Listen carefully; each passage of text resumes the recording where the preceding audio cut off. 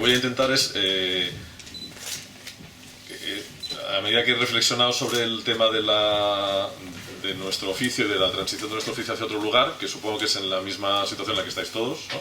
En vuestros propios oficios, esta especie de cataclismo, de cambio de era o cambio de lo que queramos llamar, nosotros estamos en medio de eso. Entonces supongo que de nuestra experiencia se podrán extrapolar pensamientos o situaciones que puedan servir para otros. Pero yo voy a hablar de publicidad porque, insisto, es de lo que sé, y intentar, explicando un poco la situación del oficio actualmente, pues hacia dónde creo que debería ir. Venid un poco para adelante, el liderazgo, porque no sé si de allí vais a ver también. Aquí hay sitios, montones de sitios libres para vosotros. Eso es, completamente gratis. ¿Qué tal veis Ainhoa? ¿Qué tal veis de allí? ¿Cómo se ve? Bien, venga, adelante. Vale. Entonces, para poner las cosas en situación, siempre cuento esta anécdota, que ya Ángel se la conoce. Hace un par o tres de años me invitaron. Yo soy filólogo de formación, licenciado en filología. No soy filólogo, soy licenciado en filología, que es distinto. Hice esa carrera, luego me convertí en publicista. Y entonces uno de mis antiguos profes tuvo la mala idea de invitarme a una conferencia, a un congreso de filólogos en Tarragona creo que hace 3 años, 3 septiembres creo que fue. Era un congreso de literatura hispanoamericana, se juntaban especialistas de todos los países de la zona y me piden una conferencia. Yo supongo que les hacía gracia tener a alguien entretenido y disruptor ahí en medio, ¿no? Yo dije que sí, con mucha alegría, y luego ya a medida que se fue acercando el tema, que era en verano, pues empecé a entrar en la web del evento y me empecé a encontrar pues listas de cientos de conferencias que tenían títulos como este, ¿no? De pronto ahí se juntaban pues esos cientos de especialistas que iban a dar su ponencia. Yo estaba como entre medio de eso. Y entonces eran pues eso, arqueología de un género sin nombre, las prosas literarias de vanguardia, o cosas como cartografías intensivas de la reverberación de las vanguardias a las mutaciones del neobarroso en la poesía trasplantina. Es difícil entender una sola de las palabras, ¿no? O vanguardismo y pensamiento de la liberación en la literatura indigenista guatemalteca hacia una ecoteología de la liberación maya en Hombres de Maíz de Miguel Ángel Asturias. Claro, lees esto y te acojonas muchísimo, dices, yo qué pinto en este asunto. Entonces, un poco como terapia y un poco intentando saber en qué mundo estaba, traté de ensayar temas que pudieran estar a la altura de esto, ¿no? Pues por ejemplo ¿no? Valores simbólicos y metafóricos de blancura total en el universo cambiante de la comunicación de detergentes para lavar en agua fría. Podría ser una posibilidad, digamos, de una cierta amplitud, que la blancura pues tiene esa cosa metafórica, ¿no? O tradición y ruptura en la figura demiúrgica del mayordomo, de Ten con vía alcohol a Ferrero Rocher, que permitía, digamos, un cierto desarrollo histórico, ¿no? O presencia transversal de lo pélvico e importancia del tamaño, una lectura comparada del discurso comunicativo de Espárragos la Carretilla y Salchichas Oscar Mayer, una cosa más de arquetipos y de, ¿no? Bueno, quiero decir, con esto quiero decir que voy a hablar de publicidad y que la publicidad es un poco una chorrada. O sea, no da para estas honduras filológicas ni historias. Al final se trata de... A mí al mismo tiempo me parece lo bonito del oficio, ¿no? Me parece que lo que hacemos son fuegos artificiales, y los fuegos artificiales, en el momento en que aparecen los fuegos artificiales, son una cosa que nos deja embobados, ¿no? Estamos todos ahí. Uy, qué chulo, luego ya se acaban, ¿no? Entonces, yo voy a hablar de esto, de publicidad, un poco de la construcción de fuegos artificiales que al final intentan derivar en imágenes de marca, ¿no? En percepciones de marca. Ya veréis que voy citando a gente que, como hacemos todos, nos utilizamos a gente más inteligente que nosotros para darnos autoridad. Y esta es una cita que me interesa mucho para empezar, ¿no? Esta idea de que buena parte de los habitantes del presente nos hemos conformado en el mundo precedente, y como ha sucedido siempre, a menudo juzgaremos la personalidad de un tiempo que ya no será nuestro desde el recelo o la incomprensión. Yo creo que a muchos de nosotros, lo queramos reconocer o no, nos pasa esto ahora, ¿no? Estos discursos de, bueno, esto de internet tampoco es tan importante, ¿no? Tampoco es mucha exageración. Entonces, yo no me meto en Facebook porque total, es una chorrada. Que en parte es verdad. Pero es cierto que a nosotros nos cuesta entender. Yo creo que este es un tiempo de otra gente, ¿no? Y a nosotros estamos un poco como extranjeros ahora en ese momento, ¿no? Yo creo que eso no se puede evitar, pero por lo menos hay que saberlo, ¿no? Entonces, el tema en el que insisto siempre es, yo creo que lo que toca ahora es desaprender, sobre todo en el sentido de desespecializarse. O sea, yo creo que tengo la sensación de que la publicidad, pero me parece que se puede extrapolar a cualquier campo, está ordenada, ¿no? O sea, nosotros venimos de un mundo ordenado, de un mundo más o menos sencillo. El de la publicidad era ultra sencillo. Yo creo que otros no eran tan simples, pero venimos de un mundo más o menos ordenado que ha saltado en pedazos, se ha roto, se ha fragmentado, y que toca, yo creo que huir un poco de esa especialidad, de ese lugar pequeño en el que nos habíamos sentido muy a gusto, y tratar de manejar lo que viene, que es complicado, fragmentario, desaprendiendo lo que sabíamos, ¿no? En el terreno de la publicidad, el liderazgo es sobre todo manejar a personajes, digamos, de unas características pues complejas, ¿no? Pues gente al mismo tiempo insegura, con unos egos inmensos, propenso tanto al entusiasmo desbordado como a la depresión enorme. Entonces, en mi caso, hasta ahora el liderar es sobre todo que es una cosa que luego veremos que es muy útil, es este management del tipo ciclotímico y frágil, ¿no? Por ejemplo, nosotros en la agencia tenemos este individuo que es nuestro santo patrón, que es el Santo Caos. Lo construimos, es la obra de un artista brasileño, Flavio Moraes, y lo construimos hace unos años. Hicimos una romería por toda Barcelona para llevarlo a la agencia. Aquí veis algún detalle que nos recuerda todo el rato que vivimos en un mundo desorganizado y desordenado, y que no está mal, o sea, que no pasa nada. La cuestión que la gente de la agencia, que trabaja en la agencia, siempre pregunta es ¿por qué estamos tan desorganizados? Llevamos 20 años haciendo esa pregunta y no nos hemos organizado nunca. Y os trato de responderles con este bicho, ¿no? Decir, bueno, es que ese es el entorno. Y yo creo que ese es el entorno en el que viviremos a partir de ahora, espero, confío, ¿no? No solo los publicitarios, sino en general el mundo. Entonces, bueno, vamos a hablar de nuevo liderazgo. Pero antes me gustaría hablar un poco de 3 o 4 conceptos básicos para entender a partir de qué vamos a hablar de liderazgo, ¿no? Por ejemplo, de creatividad o innovación, ¿no? Yo creo que la industria lo llamáis innovación, al final es lo mismo, ¿no? Cuando hablamos de creatividad no hablamos de una cosa mágica o digamos, de máxima excelencia o perteneciente a caracteres geniales o escasos. Yo creo que la creatividad es tan común como el ser humano. Yo creo que es una herramienta necesaria, imprescindible, que aplicamos todos.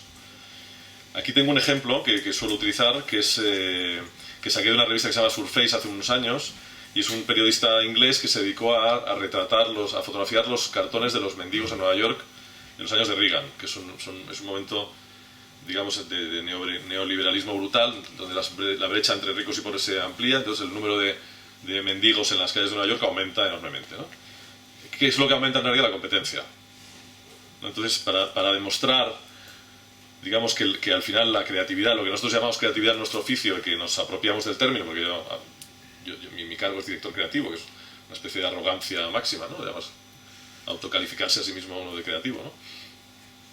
Pues que eso que nos hemos apropiado como territorio, como valor, es un valor de cualquiera, ¿no? De cualquiera que en un momento determinado tiene el problema de tener al lado a otro tipo que quiere lo mismo que él, ¿no? Que es un poco a lo que se enfrentan las marcas constantemente en el mercado, ¿no? A lo que nos enfrentamos todos en el mundo, ¿no? Es interesante porque expresa como una especie de historia de la publicidad resumida en cartones, ¿no? Este sería el estadio básico de cualquier momento publicitario, que es el estadio informativo. Es decir, yo lo que quiero es comida, es decir, soy pobre, quiero comida, y con decir eso todo queda muy claro, y eso se va complicando a medida o sofisticando a medida que el tipo que hay al lado está cada vez más cerca, ¿no? Y competimos por la misma limosna, ¿no? Y aquí empezamos a ver cómo, por ejemplo, es precioso, ¿no? Cómo la gente empieza a evolucionar el mensaje hacia algo más emocional, más directamente implicado con el tipo que hay delante, tratando de... Antes hablábamos de las conversaciones, ¿no? Tratando de establecer una conversación. Ya no es comida, es me iría bien una pequeña ayuda, ¿no?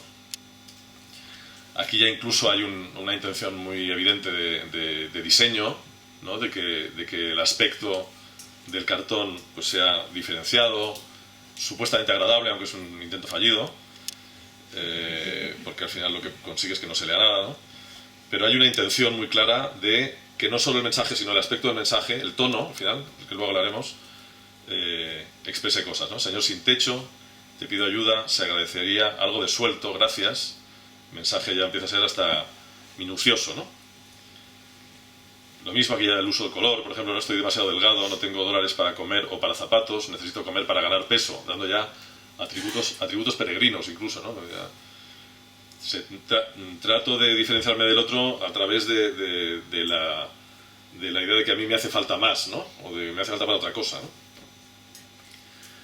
Este ya es un caso muy claro pues eso, del mensaje a través de la estética, ¿no? Mucho color, estos ya empiezan a aparecer.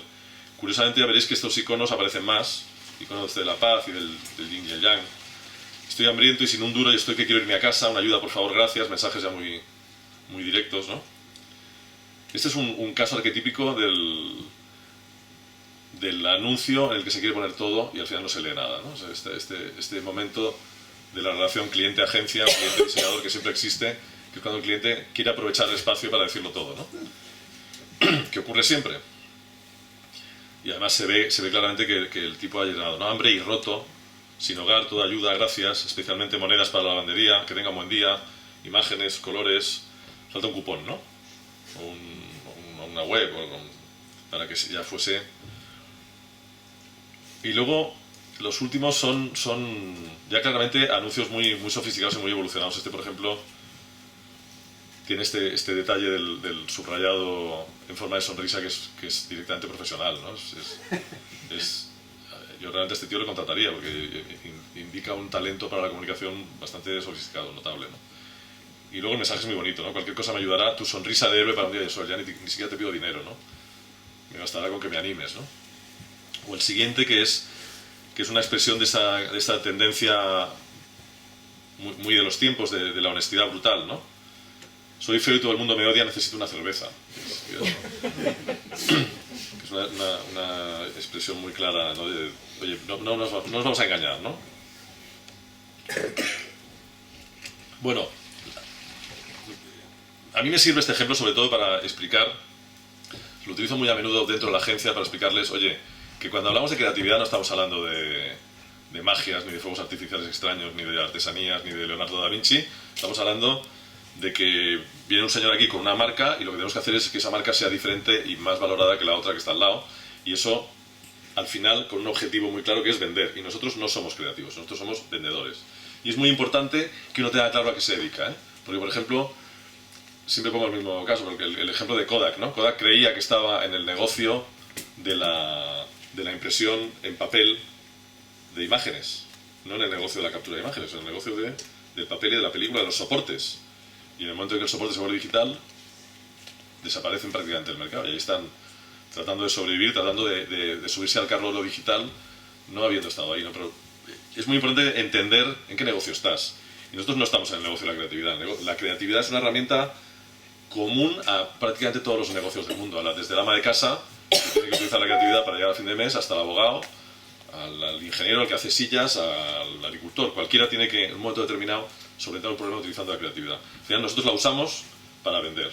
Por lo tanto, una de las cosas que me parece extrapolables a cualquier momento ahora mismo es el regreso a la sensatez, al sentido común, en el caso de las marcas, al producto, al oficio, aquello a lo que realmente nos dedicamos. Nosotros nos dedicamos a vender. Entonces, para entender este proceso en el que estamos, lo primero que tienes que hacer es regresar a ¿yo qué hago? ¿No? Os pongo este ejemplo, por ejemplo, las dos principales revistas del sector, la de Creativity es la americana y Creative Review es la inglesa, son nuestros dos referentes, nos hablan de creatividad y nos quedamos tan anchos, es decir, nos lo hemos creído. No se llama sales, que es como se tenía que llamar, ¿no? O por ejemplo el caso paradigmático de este señor, que posiblemente es el señor que con más autoridad del mundo puede decir que él es creativo, que lo que dice es que es cocinero, que es lo que es. Claro, obviamente utiliza la creatividad como una herramienta fundamental para su trabajo, pero al final lo que hace son platos de comida, bastante parecida a la comida normal, digamos, con una cierta diferencia, pero comida al fin de cuentas que te metes por la boca y luego digieres, ¿no? Vale. O sea que como publicitarios no somos creativos, sino que utilizamos la creatividad para vender, que es nuestro oficio. Eso sería yo creo que es un proceso que uno tiene que hacer constantemente, ¿no? Recordarse a qué se dedica. Por ejemplo, cuando me enfrento a un proyecto de una marca para la que no he trabajado, es lo primero que les pregunto. Y es difícil que te lo contesten con claridad las marcas, ¿eh? ¿Vosotros a qué os dedicáis? Pues parece una pregunta chorra, pero no se contesta con tanta facilidad. Y a veces se contesta mal. Luego, el otro gran tema, otro de los grandes temas de nuestra profesión, que es la originalidad, ¿no? Hablamos siempre en nuestro oficio hablamos siempre de lo más fresco, de lo más nuevo, de hacer cosas que no ha hecho nadie, que es una falacia en sí mismo, ¿no? Porque no es posible la originalidad. Yo creo, digamos, siendo exagerado, diríamos que desde los griegos pues ya se ha dicho todo y se ha pensado todo, y lo que hacemos entonces es más bien, digamos, darle vueltas a los mismos temas, construyendo distintos discursos, que eso es lo que tiene realmente un valor, ¿no? Y siempre utilizo, también lo uso muy de puertas adentro, siempre utilizo el mismo ejemplo, que es, se podrían utilizar otros, ¿no? Pero que es el caso de los grandes maestros de la pintura, ¿no? Con un tema tan universal y tan recurrente y tan polémico como es el de las señoras ligeras de ropa, ¿no? Que todavía hoy constituye un negocio importantísimo y una manera de atraer mercado importantísima, ¿no? Pues digamos, esta supuesta idea, ¿no? Que es, voy a hacer un retrato de una mujer desnuda, es algo que ha recorrido la historia del arte desde siempre. Lo único que han hecho los grandes artistas, que yo creo que no son sospechosos de no ser originales, es cambiar la manera de ver ese qué, es decir, han cambiado el cómo.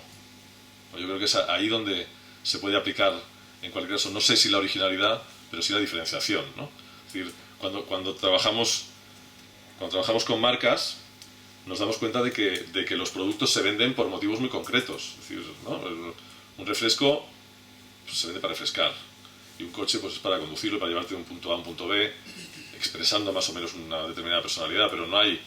Y un helado, pues es un helado, y un trozo de jamón es un trozo de jamón, y un tornillo es un tornillo. Al final no hay tantos motivos para vender las cosas, ¿no? Uno no puede diferenciar hasta un extremo que se convierta en un nicho, ¿no? Que es una cosa que ocurre a menudo con la comunicación, que tratando de buscar ejes diferenciales acaba uno yendo a un público tan pequeño y tan sofisticado que desapareces, ¿no? Perdido en ese nicho, ¿no? Yo creo que lo importante es saber por qué te compran tu producto y expresar eso de una manera que te sea propia y que te haga más atractivo, ¿no? A fin de cuentas, lo que estamos viendo de estos tipos es que todos pintaron lo mismo y todos lo pintaron diferente, y todos ellos son reconocibles y propios y singulares, ¿no? Entonces, originalidad, ¿qué quiere decir originalidad? En un festival de publicidad, cualquiera de estas obras hubieran sido rechazadas inmediatamente porque ya coño, lo de poner una mujer en pelotas ya se había hecho, ¿no? Ya no se puede premiar más, ¿ya?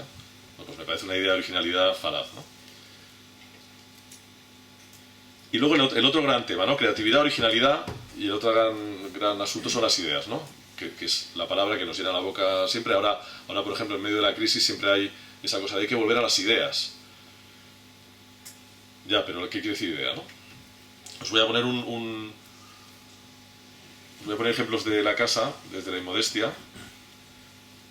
Pero es cierto que ha llegado un momento en publicidad, yo no sé si os pasa a vosotros, que hemos llegado a confundir idea con la ejecución anecdótica de algo. O sea, es decir, con la brillantez, con la originalidad por la originalidad, con el impacto por el impacto. Es decir, con una pieza aislada del entorno que tiene una determinada capacidad de sorprender.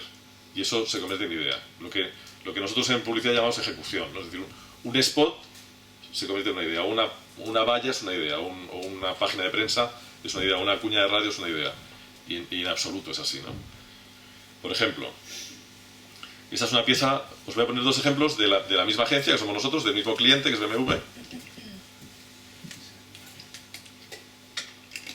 Esto es un póster que hicimos para el lanzamiento del Z4, con una digamos, idea afortunada, que es compararlo con un tiburón, Y este es seguramente la pieza más valorada y más premiada y más aplaudida que hemos hecho nunca en SCPF. Por contra, me parece que es una anécdota. Es decir, si esto es una idea que ni tiene principio ni final, ni ayuda a nada, ni colabora a nada, ni sobre ella se puede construir, ni prepara un camino, ni lo acaba, ni nada. Es un ejercicio de brillantez por la brillantez, ¿no? Insisto, nuestro oficio lo que valora es esto. En cambio, para el mismo cliente, dimos esto. No es lo mismo caminar por la arena que caminar por la arena. No es lo mismo. No es lo mismo comer que comer. No es lo mismo correr que correr. No es lo mismo. No es lo mismo dormir que dormir. No es lo mismo. No es lo mismo conducir que conducir. ¿Te gusta conducir? Este es el primer spot, la primera pieza del Te gusta conducir, de una larga serie que ha durado 12 o 13 años, que todavía dura, aunque ahora, digamos, en la crisis, pues estamos en manos de lo que hacen de las piezas que hacen los alemanes, pero que digamos es un ejemplo de campaña duradera, que empezó con esta pieza, que como dice mi amigo Guille Villone de Dimensión, es más que un spot, es un PowerPoint que te explica cómo vamos a construir a partir de entonces. Y esta idea se ha desarrollado durante 12 años, ¿no? En múltiples plataformas, en múltiples formatos, de muchas maneras. Esto es una idea para mí. Esto es lo que escasea realmente en publicidad, yo creo que en general. Es decir, aquellos artefactos que tienen vocación de durar a lo largo y a lo ancho, ¿no? De ocupar mucho espacio y de proyectarse en el largo plazo, que es una cosa que hemos olvidado, ¿no? La idea de lo estratégico, ¿no? La idea de que lo que hagamos, aun en este tiempo impredecible, debería durar, ¿no? Entonces, no somos creativos, sino que somos vendedores. La originalidad no es posible en el qué, sino en todo caso en el estilo, en el tono. Y las ideas son aquellas escasas ideas que realmente construyen, ¿no? Y no las ideitas que generan brillantez, que nos dan premios, pero que no acaban creando un valor para la marca, ¿no? Y sobre todo lo que pongo aquí como idea entendida como un proceso y no como un fin en sí mismo, que eso es lo más grave del asunto, ¿no? La idea de que las ideas se agotan en sí mismas en el momento que son expresadas, ¿no? La idea que funciona debería de una manera muy evidente explicar lo que va a venir luego, ¿no? Uno cuando ve un buen concepto, una buena idea, dice, vale, ahora yo sabría cómo seguirlo, ¿no? Se notan los planos, ¿no? ¿Qué ocurre? Claro que de esto que estoy hablando pues no es tan medible, no es tan manejable, tenemos esa tendencia a reducirlo todo a formatos pequeños y manejables para poder supuestamente controlarlo mejor. Las ideas, digamos, grandes son ideas que tienen ramificaciones, que a veces giran hacia lados que no habías contado, que tienen una cierta vida propia, ¿no? Mucho más en un momento en el que el consumidor, ese tipo que tenemos ahí delante, que sois vosotros, pues está con su Twitter y con su red social y con su no sé qué, con su amiguete y su mail al que le dice, oye, estos son unos impresentables o esto lo han hecho mal. Implica un riesgo. Ahí está esta viñeta del roto maravillosa que explica muy bien esta sensación, ¿no? La idea del peligro de tener ideas, el peligro de las ideas, ¿no? Las ideas casi como armamento, ¿no? Claro, que bien aprovechado puede hacerte funcionar, ¿no? O esta frase de Innerarity, ¿no? Una sociedad de riesgo exige una cultura de riesgo que no sé si estamos dispuestos a asumir, ¿no? Desde la empresa. Que me lleva siempre, no sé si a vosotros pasa, pero nosotros somos un oficio constantemente evaluado, investigado, testado. Es decir, todo lo que hacemos se testa antes, durante y después. Con focus groups, con investigaciones cuantitativas, cualitativas, ahora con internet hay enormes herramientas de control. Y me recuerda mucho, siempre digo que la gente de la investigación es un poco como los augures, ¿no? Porque son gente que en realidad no te puede decir si una cosa va a funcionar o no, es imposible. Sobre todo cuando manejas elementos tan dúctiles y tan casi poéticos, ¿no?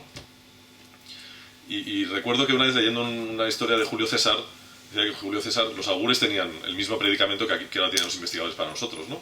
Y también trabajaban con elementos, digamos, más reconociblemente extraños, ¿no? Los fondos de las tazas de café o las entrañas de un pollo abierto en canal, ¿no?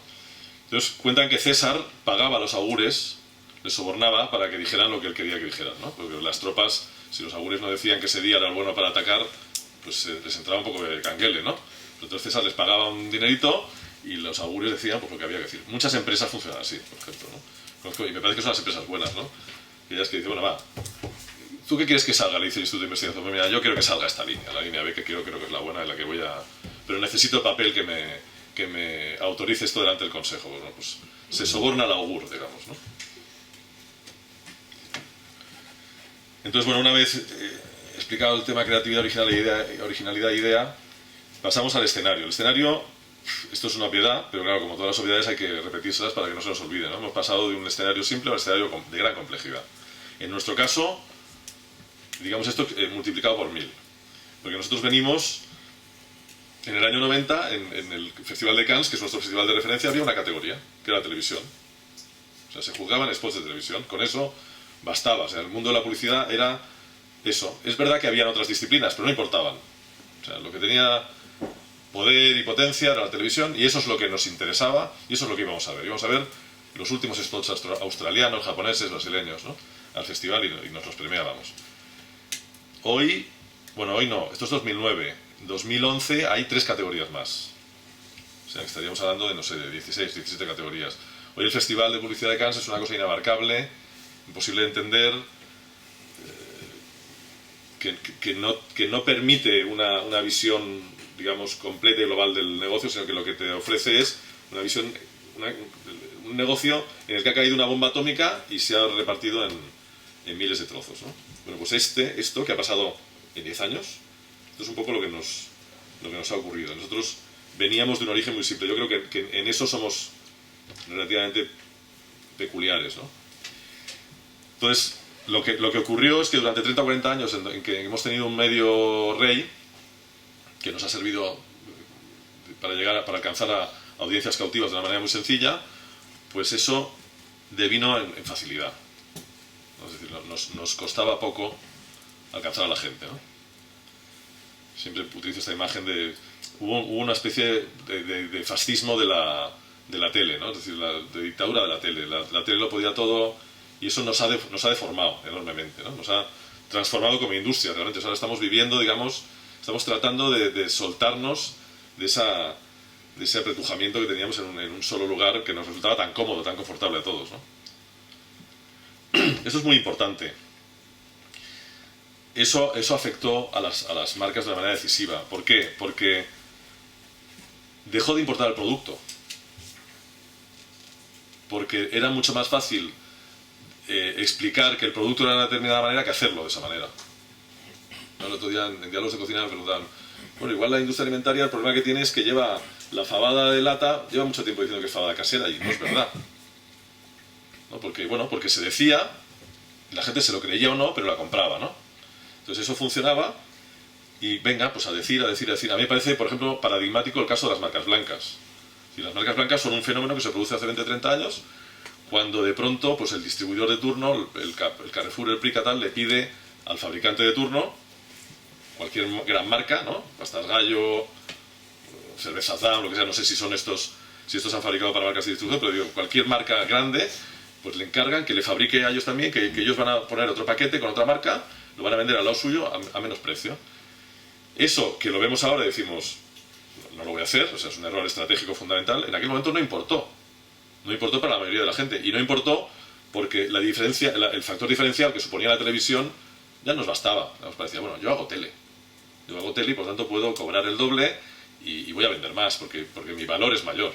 Bueno, es el momento en que hemos perdido la gran cantidad de fuerza que tenía ese medio, pues la gente ha comparado, ha dicho, si son lo mismo, si estos productos son exactamente iguales. De hecho, si es que me han dicho que lo fabrica el mismo y este cuesta mucho menos, pues me compro el otro, ¿no?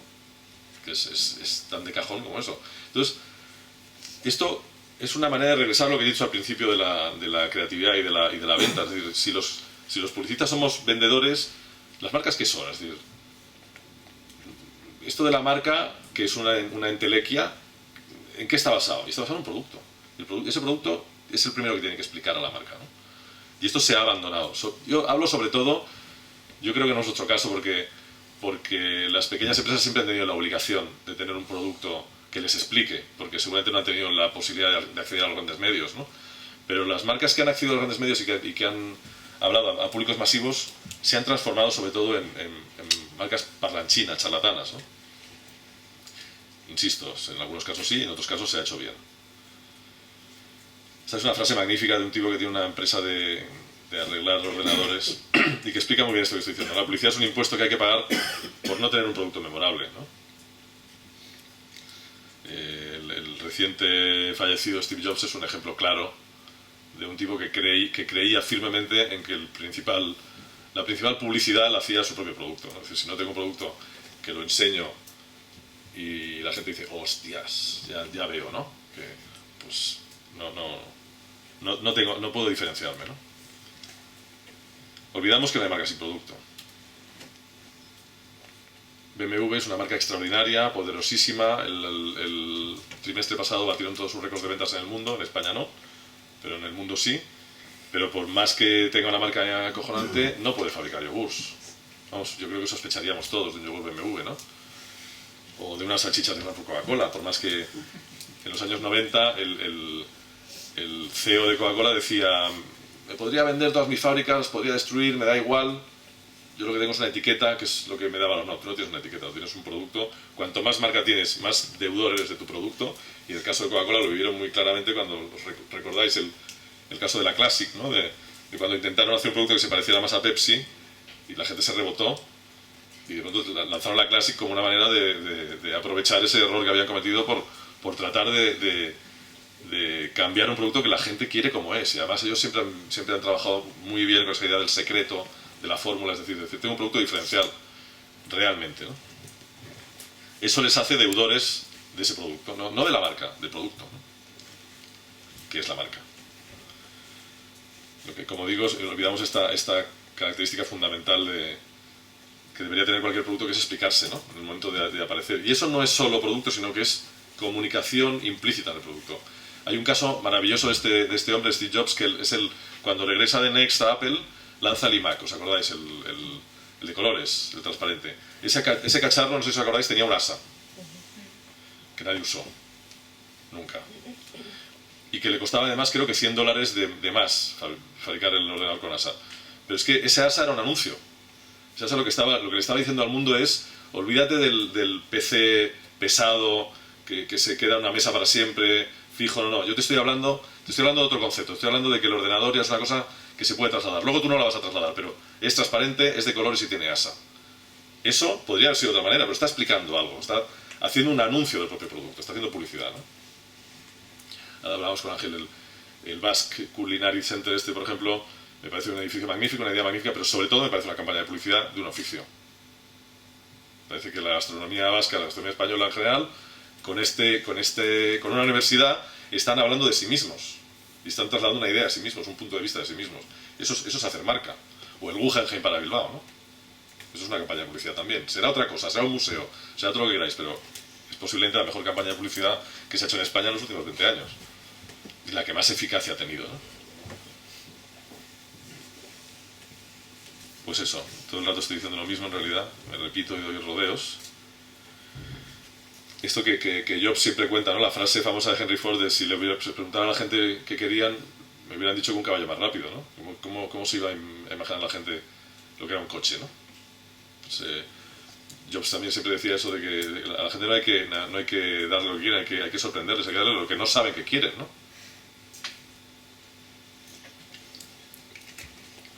Pero que lo quieren. Lo que me lleva a una reflexión fundamental, que me parece que es ¿por qué una compañía hace lo que hace, ¿no?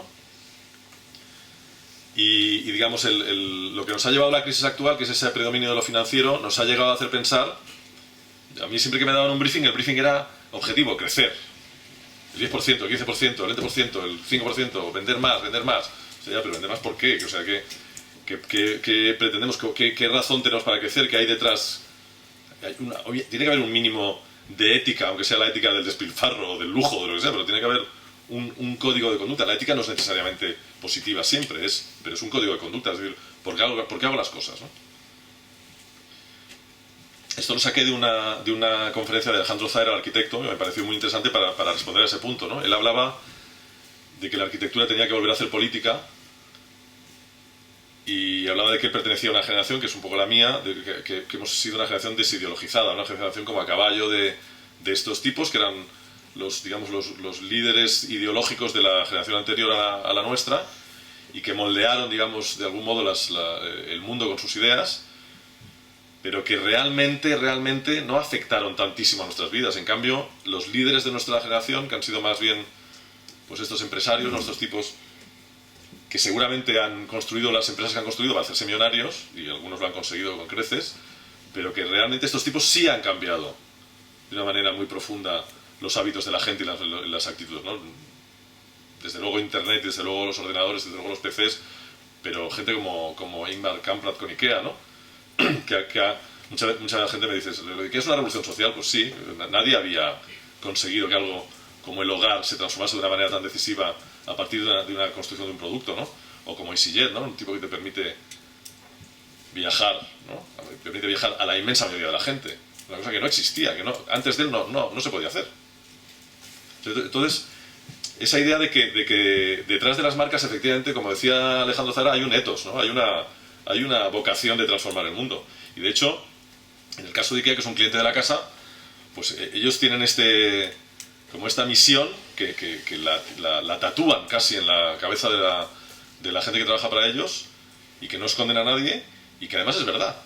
Es crear un mejor día a día para la mayoría de las personas. Es verdad que para la mayoría de las personas significa queremos vender mucho. Es verdad, hay una vocación de empresa y de crecimiento y de enriquecimiento. Pero ellos construyen un producto para democratizar una cosa que no era democrática, que era la decoración de la casa, digamos, el lugar donde pasamos más horas y donde nos sentimos más a gusto, donde estamos con la gente que más queremos. Es eso, digamos, que eso sea fácil de decorar bien y bonito y chulo, lo hace IKEA. Y lo hace a partir de un producto, este es un chiste que explica magníficamente lo que hace IKEA, lo hace a partir de un producto que encima es un producto que si se hubiese investigado, si ahora lo investigásemos y IKEA no existiese, y fuésemos a una reunión de grupo y dijésemos, mira, vamos a hacer un almacén enorme en los suburbios, lejos, te va a pillar lejos, tendrás que ir allí, te meterás en un circuito que no te vas a poder salir, cuando preguntes por alguna cosa te van a decir que no vas a encontrar a nadie, y que si encuentras a alguien te va a decir que no sabe, te vas a tener que cargar tú el mueble y te vas a tener que montar tú luego en casa, y de puta madre. Y tú dirías, pues no, va a ser que no. Pues es así, es un producto anticonsumidor por completo y que funciona. Funciona porque al final esa misión en la que estábamos antes se expresa a través de eso. Es decir, oye, yo te estoy dando un precio imbatible porque tú me estás echando un cable con todas esas cosas, ¿no? Por lo tanto, esto es una alianza entre los dos, y la gente lo ha entendido, ¿no? La mayoría de la gente que no lo entiende y que no lo soporta, además. Lo que me lleva a una reflexión también, cuando empiezo a hablar de esto, pues parece que como que las marcas, he dicho al principio, la publicidad no es importante, y es verdad. Es decir, estamos hablando de cosas de una importancia relativa, ¿no? Sillas, jarrones, salchichas, caramelos, ¿no? Pero es que no hay tendemos a darle un exceso de trascendencia a las cosas, ¿no? Es decir, las cosas, todos queremos trabajar en algo muy trascendente, muy importante, y que cambie el mundo, y no es... primero no es necesario, y segundo no es verdad. Es decir, cualquier pequeño objetito en un momento determinado es lo más importante del mundo para alguien, ¿no? Hay un ejemplo que es muy dramático, que me encontré a través de Manolo Balmorisco, un colega, en la web de Banksy, este grafitero que ha sabido crearse una marca magnífica a partir de no enseñar la cara nunca, que explicaba la historia de un teniente coronel inglés que llega a un campamento, no recuerdo el nombre, de un campo de exterminio nazi, en el momento de la liberación, el momento final de la guerra, y llega y se encuentra con imaginaos el escenario dantesco, ¿no? de los prisioneros demacrados al borde de la muerte, y entonces intentan pues ayudarlos, ¿no? Y de pronto de uno de los jeeps de la Cruz Roja aparecen unas cajas llenas de pintalabios. Y el tipo en un primer momento dice, bueno, que es el idiota, que necesitando esta gente lo que necesitan, comida, bebida, medicinas, camillas, saca pintalabios. Y en cambio, al cabo del tiempo se da cuenta de que era una idea genial, porque las mujeres empiezan a coger sus pintalabios, empiezan a pintarse y empiezan a recuperar la dignidad, su condición de seres humanos, ¿no? A partir de un objeto de una frivolidad máxima, ¿no? y de una falta de importancia máxima. Bueno, pues a eso nos dedicamos, ¿no? Fabriquemos lo que fabriquemos, hagamos lo que hagamos, en un momento determinado nuestro producto, nuestro anuncio será lo más importante de la vida de alguien, ¿no? Yo creo que hay que trabajar con esa idea. Hay otro caso que me toca muy de cerca, porque este es un proyecto en el que trabajó mi mujer. Es un pequeño estudio de interiorismo y diseño gráfico que se llama Estudio M en Barcelona. Les encargan una tienda de chuches, una pequeña tienda de chuches en un lugar donde no pasan niños.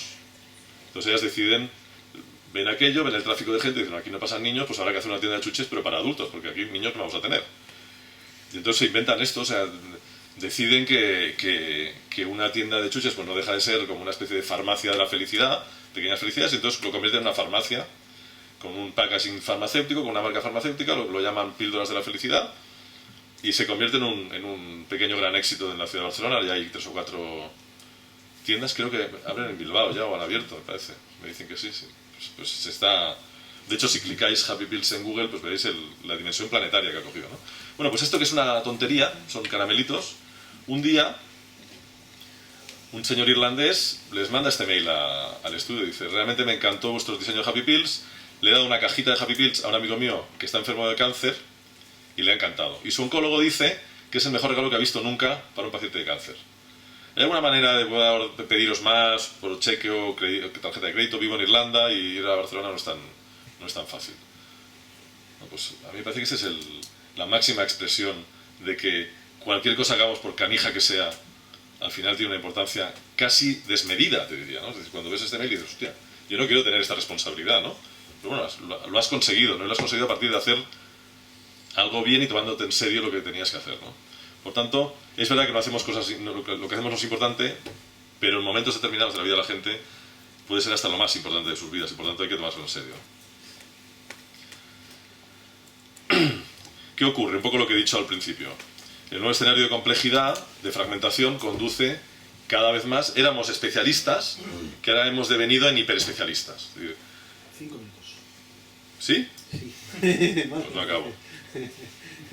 Bueno, pues me quedo cortado, ya está.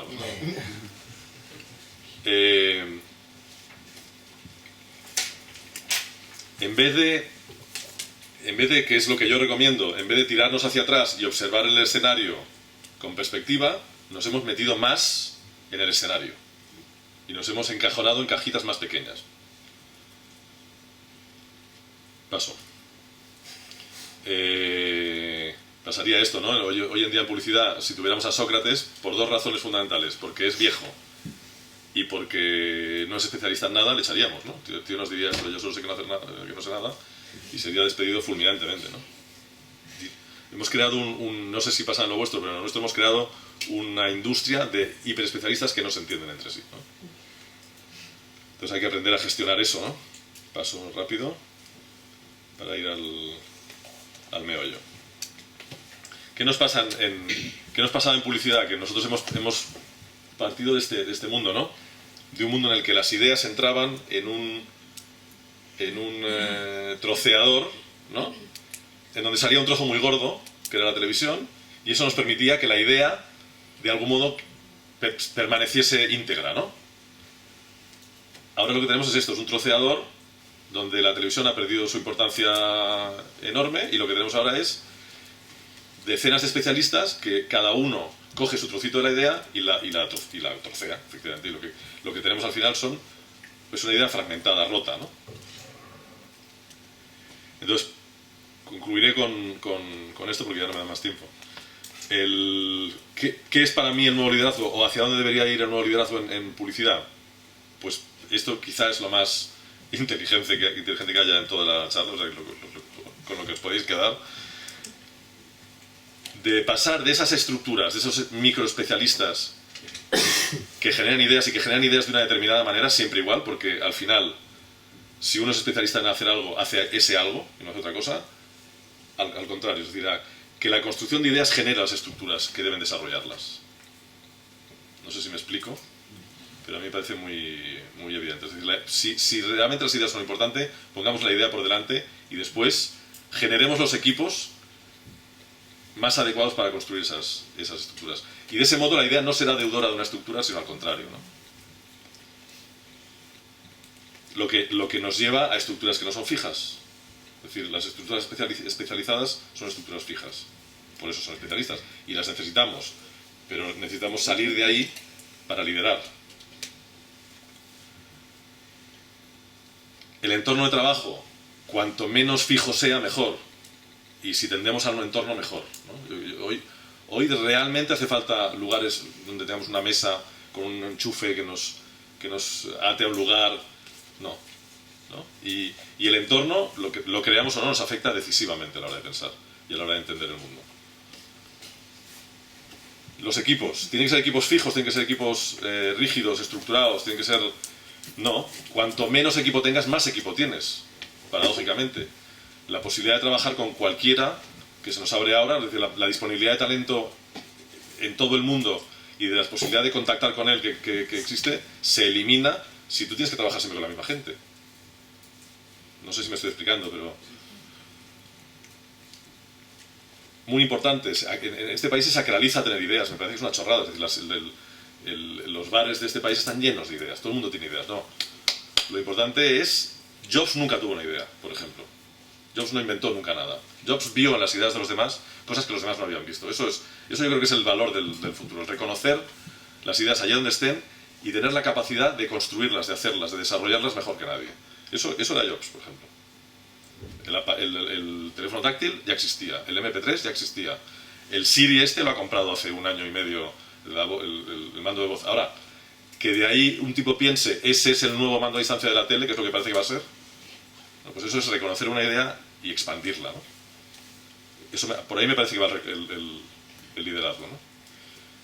De dirigir equipos fijos que contratas, es decir, de dirigir a un equipo a sueldo, a gestionar talento, que seguramente será tan distinto entre sí que hasta a lo mejor estén peleados entre sí, como nos pasa mucho en publicidad, ¿no? Que los distintos equipos especialistas, como compiten por el mismo dinero, al final somos hostiles, ¿no? Bueno, pues el futuro líder tiene que gestionar eso, tendrá que gestionar eso. La colaboración, es imposible hacer nada solo, siempre lo ha sido, pero ahora encima esa gestión de talento se vuelve más compleja y más amplia, ¿no? Por lo tanto, si no tiramos para atrás, imposible ver eso, ¿no? Liderazgo transversal, ¿no? Digamos, en ese esquema del que había hablado antes, ese liderazgo debería estar en el momento de la idea y en el momento de la construcción de la idea y del tutelaje de la idea, para que la gente que tiene que ejecutarla, que efectivamente tienen que ser especialistas necesariamente, hagan al final o respondan todos al final lo mismo, ¿no? No hay proceso de colaboración. Yo creo que la colaboración es la gran palabra del futuro, pero estamos muy lejos de saber cómo colaborar. Y creo que la colaboración pasa por un liderazgo claro. Creo que nos hemos creído ese rollito del trabajo entre todos y del peer-to-peer, del todos somos hermanos y todos somos iguales, y es mentira. Es decir, si no hay alguien que toma decisiones, los procesos de colaboración no funcionan. Y lo sé porque trabajo en muchos procesos colaborativos que el cliente genera y que el cliente, al no tomar la decisión de quién va a mandar en ese proceso, los procesos no funcionan. Entonces, ese es el liderazgo del futuro para mí. Acabo aquí, ¿no? Porque hay un trozo más, pero da tiempo. Un concepto que me interesa mucho, que es que es solo se lidera desde la generosidad. Y más equipos hay que liderar, más talento hay que liderar, más generosidad hay que aplicar. Y generosidad implica, sobre todo, desprenderse, ¿no? Es un poco la idea de los hijos, ¿no? Y tenemos tendencia, por miedo y porque nos roben las ideas, como si las ideas fueran de alguien, a hiperproteger y por tanto a evitar que las ideas crezcan, ¿no? Acabo con este ejemplo que siempre utilizo, que es el de la cruz, de los dos cruces, ¿no? Dos procesos de entrega de ideas muy distintos, ¿no? Que no son verdad en la medida en que me los explico. Es un cuento, pero que funcionan como ejemplo, ¿no? Pongamos por caso que esto hubiera ocurrido ahora y que de pronto la Iglesia Católica hubiera encargado a un diseñador su marca, ¿no? Y el diseñador hubiera dicho, la marca es una cruz, así, pa, pa. Una cosa reconocible, fácil, tal. ¿Y cómo hay que hacerla? No hay que hacerla de ninguna manera. Nosotros vamos a decir que esta es la marca y que la gente haga lo que quiera con ella, que es un poco lo que ha pasado, ¿no? Entonces, de pronto esa entrega de tu marca y de tu empresa, de tu compañía, se convierte en el hecho de que la gente la hace suya realmente. Es decir, la hace suya hasta tal punto que cada cual diseña su propia cruz, ¿no? Que esto es lo que ha ocurrido realmente. O, el caso contrario, otra cruz muy antigua, que ha sido gestionada de la manera en que se gestionan las empresas hoy. Es decir, esto lo dirigió un tío que se llama Hermann Goebbels, un genio del marketing, que es posiblemente una de las mayores influencias de todos nosotros en la actualidad. Es decir, esa manera de dirigir desde yo como compañía, te digo cómo tienes que ser y cómo tienes que hacer las cosas, ¿no? Ese tipo, pues, digamos, decidió que la marca se aplicaba de la manera que él decía. Así es como funcionan la mayoría de las compañías hoy en día, ¿eh? Imaginemos que hubiera sido al revés, ¿no? Que la Iglesia hubiera decidido darle el encargo a un diseñador que hubiera venido con una marca determinada y hubiera dicho, la cruz es esta, ¿no? Porque si no va a ser un cachondeo, todo el mundo va a hacer lo que quiera, vamos a tener más cruces que gente, vamos a decir que es la misma siempre y la vamos a aplicar bien, ¿no? Siempre la misma, de una manera para que se reconozca bien y esto es de las sinergias y la capitalización y la construcción de imagen y todo esto. Bueno, pues acojona cantidad. O imaginemos que fuese al contrario, que Goebbels fuera un tío enrollado y hubiera dicho, pues mira, ya que tenemos la cruz esa que además es fácil de dibujar, que enseguida se hace un grafiti y la pintada, que haga la gente lo que quiera, ¿no? Que así seremos más enrollados y aprenderemos de ellos y ellos aprenderán de nosotros y construiremos todo a medias, ¿no? Y la entregaremos, ¿no? Pues igual, yo qué sé, igual no hubiera habido guerra, yo qué sé, ¿no? Ya está. Voy a acabar con mi frase final, que es esta de John Berger, que es como mi mantra, y que dice que yo creo que evolucionamos a través de la práctica y no de la teoría, evolucionamos haciendo cosas, no pensándolas, y también creo que hay que hacer cosas con los otros y no solos. De la acción conjunta es de donde sale la energía para avanzar. Me parece que si algo os deberíais quedar es con esto que no es mío, pero que es un señor muy sabio. Venga, gracias.